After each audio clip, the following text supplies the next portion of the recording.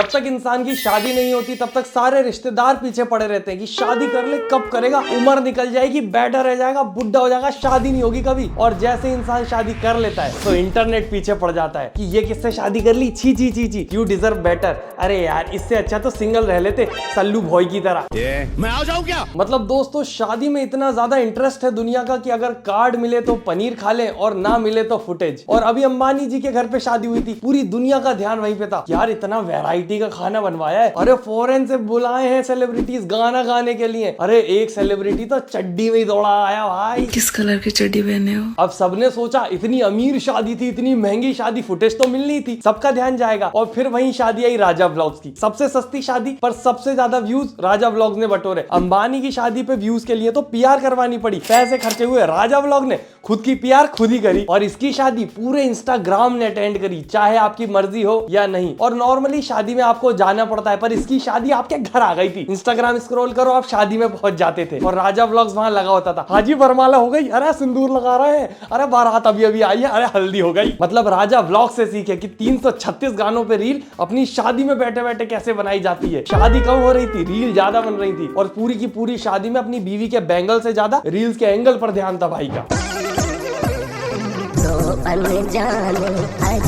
Already सिंदूर लगा हुआ है, जंगली बंदर के झूठे अंगूर। ना जाने कितने रीटेक लिए होंगे, जो लोग उसकी शादी में आए होंगे उनको जबरदस्ती कॉलैब करवा दिया अपनी रील में, फीचर हो गए बेचारे जबरदस्ती। मैं तो ये सोच रहा हूँ इन लोगों को उसने एग्री कैसे किया होगा कि भाई अपन साथ में रील बनाते हैं, ठीक है, नहीं इज्जत से तो नहीं किया होगा। देखो सारे के सारे खड़े हो जाओ, चुपचाप पीछे खड़े रहना। और अब हम लगा रहे हैं सिंदूर। बेटे अभी तो सिंदूर लगाए, तब दोबारा लगाएंगे, रीटेक होगा, अच्छे से सीन शूट नहीं हो पाया, 10 बार लगाएंगे, हमारी शादी, चुपचाप खड़े रहो। पनीर नहीं खाना अब, अच्छा तुम तो लड़की के पापा, खा लेना। फिर काफी सारे लोगों ने राजा व्लॉग्स को ट्रोल भी किया, रोस्ट भी किया, जिसमें से एक था ट्रिगर्ड इंसान। अब आते मेन टॉपिक पर। रील बनाने का टाइम नहीं मिल रहा है, तब अगर इसके इंस्टाग्राम अकाउंट पे जाके देखेगी तो तुझे पता चलेगा कि इसका Instagram account is not his Instagram account. इसका इंस्टाग्राम अकाउंट इसकी शादी की एल्बम है। भाई ने लिटरली सुबह उठने से, पॉटी जाने से लेके, शादी के फेरे से लेके, सिंदूर लगाने से लेके, घर पे बीवी को लेके जाने से लेके, हनीमून मनाने तक की भी रील डाल दिया। तो अर्ज किया है खाने में नमक डालोगे तो भरपूर स्वाद आएगा, खाने में नमक डालोगे तो भरपूर स्वाद आएगा, जो किया है वो यही भुगतना है, इंसान बच के कहां जाएगा। अब बहुत सारे लोग बोलेंगे, लोग फिर से आ गया व्यूज के लिए ट्रिगर्ड इंसान को डिफेंड करने। दोस्तों मेरी सच में बिल्कुल मंशा नहीं थी, मेरी बिल्कुल इंटरेस्ट नहीं था इस टॉपिक पे वीडियो बनाने का, वरना टॉपिक आउट ऑफ ट्रेंड हो चुका है। जब ट्रेंड में था मैं तब बनाता, व्यूज चाहिए होते तो। पर अभी जितना ये इंटरनेट पे मैं नेगेटिविटी देख रहा हूँ, इन सब चीजों के रहा हूँ, मेरे से तो रहा ही नहीं गया, मेरा मन मचल गया, मैं ये तो बनाना पड़ेगा। मतलब तुम सोचो कि इंटरनेट पे ट्रिगर्ड इंसान को राजा व्लॉग से कंपेयर किया जा रहा है, क्योंकि एंगेजमेंट के 2-3 व्लॉग बन गए उधर से। तुम राजा व्लॉग से कंपेयर कर रहे हो? राजा व्लॉग शादी के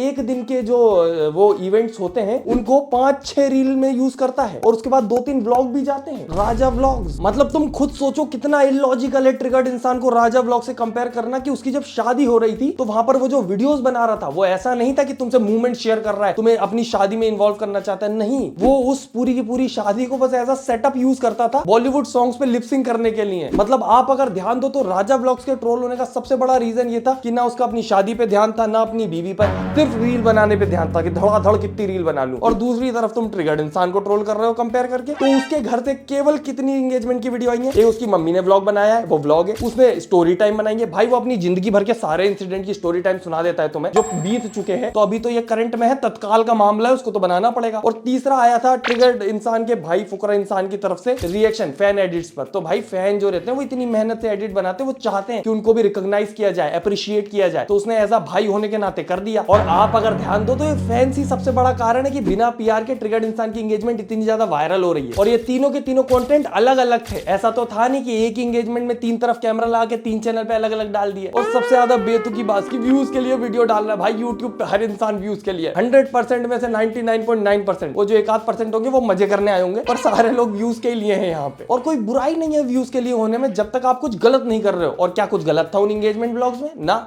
नको बिल्कुल नहीं। और सबसे बड़ा नुकसान होता है दोस्तों यहीं पर रोस्टर होने का, कि आप अगर 5% गलती भी करते हो तो उसको 500% करके बताया जाता है, क्योंकि लोगों को उंगली उठाने का मौका मिल जाता है कि सबको रोस्ट करता था, अब बता तुझसे ऐसी गलती कैसे हो गई। क्या मतलब रोस्टर भी इंसान होते हैं। पर जो भी हो दोस्तों, जितने पार्ट्स कट के ट्रिगर्ड इंसान की मम्मी के व्लॉग से चल रहे हैं, जिसमें रुचिका चाइल्डिश बिहेवियर कर रही है, उसको कोई डिफेंड नहीं कर सकता। ये देखिए कैसे छोटे बच्चों की तरह करना, एक बार जिंदगी सवार दो।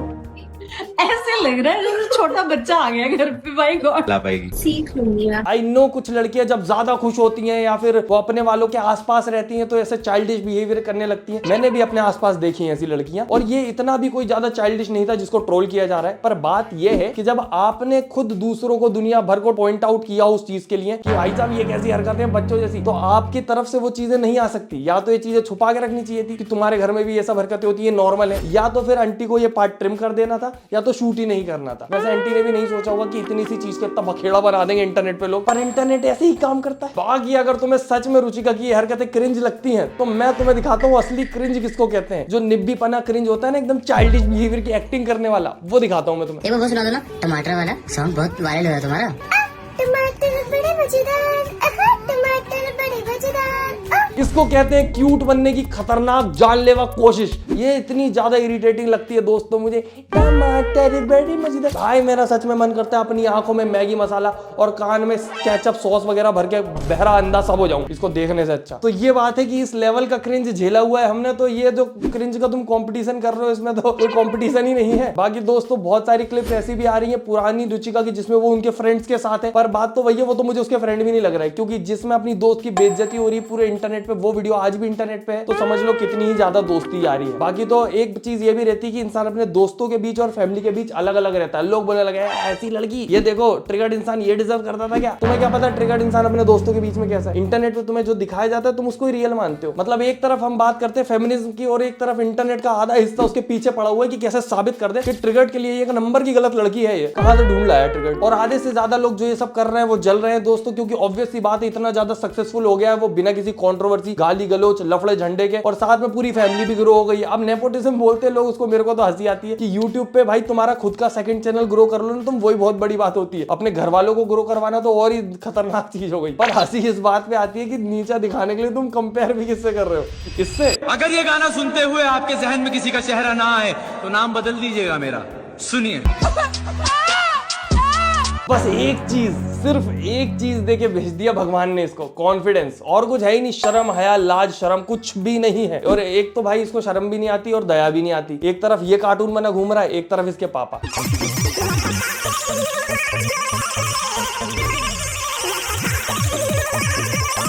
बताओ, उसके पापा उसकी मम्मी का मंगलसूत्र और कपड़े पहन के मुर्गे जैसे उचक रहे हैं, पर लड़के को ना शर्म आ रही है ना दया। भाई इतने में तो दया आई जानी चाहिए कि जो भी लफड़ा झंडा हो सब छोड़ो और जाके माफी मांग लो, सॉर्ट कर लो, कॉम्प्रोमाइज कर लो। ऐसे कैसे देख सकते हो तुम अपने माँ बाप को? पर वही बात है दोस्तों, इन्फ्लुएंसर इंटरनेट पे जितना हम्बल बनता है, रियल लाइफ में उतना होता तो उसके घर में इतने झगड़े ना चल रहे होते। रियल लाइफ में माँ बाप से सॉरी बोलने में शर्म आ रही है, इंटरनेट पे 25,000 बार सॉरी बोल देगा वो। ईगो भी तो इतना बड़ा है ना राजा ब्लॉग्स का। सोचो एक तरफ ये कीचड़ में लोट भी मार देगा फेमस होने के लिए, और मम्मी पापा से माफी मांगने में शर्म आ रही है उसको। और शर्म तो उन लोगों को आनी चाहिए जो सुहागरात ब्लॉग बना रहे हैं, आज भी बन रहे हैं दोस्तों। तो कैसी रही हमारी सुहागरात? अभी वही कहा है। स्मेल आ रही है भाई, गुलाब की बहुत प्यारी स्मेल आ रही है यहाँ पे, और उससे ज्यादा प्यारी स्मेल हमारी जो है हमारी वाइफ प्यारी जानवी की आ रही है। क्यों जानवी जी?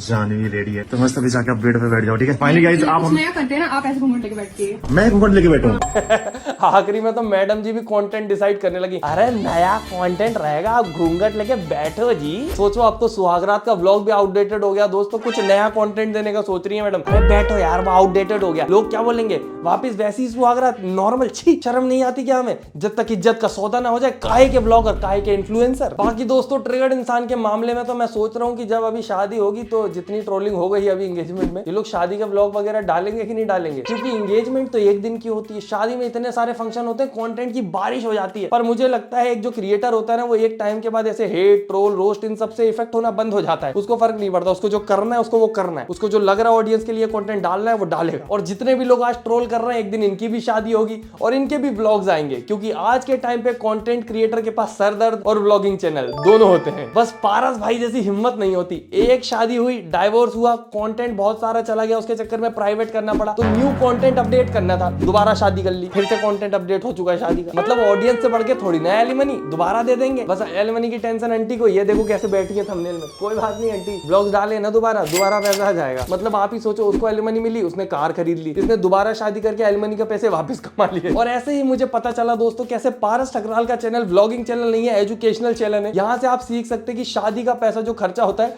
उसको वापस कैसा कमाया जाए। सबसे पहले एक लड़की लाओ और उसको पहनाओ मास्क, क्योंकि मास्क रहेगा तो सस्पेंस ज्यादा चलेगा। तो सबसे पहले आपको एंगेजमेंट शुरू करना है, सगाई के लिए रिंग फाइनल कर दी, surprise 5 hour left for ring ceremony, एक काउंटडाउन भी चलाना पड़ता है दोस्तों रिंग सेरेमनी से पहले। फिर उसके बाद एंगेजमेंट व्लॉग आ गया। एंगेजमेंट पे लड़की वाले क्यों नहीं आए बताओ, लड़की वाले नहीं आए एंगेजमेंट पे, आया सस्पेंस है।